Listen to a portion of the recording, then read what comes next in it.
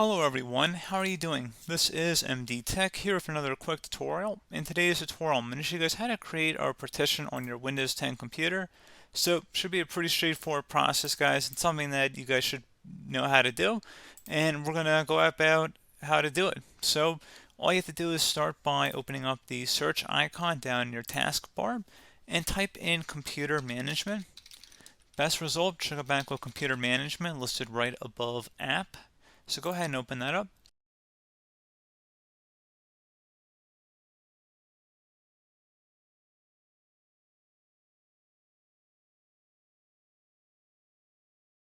Select disk management underneath storage. And now select whatever disk you want to partition. So let's just say our C drive in our case here. We're going to right click on it and we're going to select where it says shrink volume. You're going to enter in the size you want this new partition to be. Let's just say 100 megabytes and we're going to select shrink. And once that's done, you right click on this newly created unallocated space and select new simple volume. Select next again.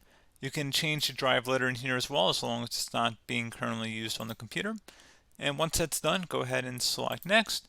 And you can name this whatever you want. You could call it flash drive, movies, it doesn't really matter. And go ahead and select next, and then select finish.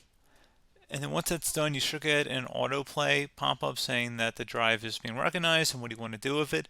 So again, pretty straightforward process there, guys. I do hope that I was able to help you out, and I do look forward to catching you all in the next tutorial. Goodbye.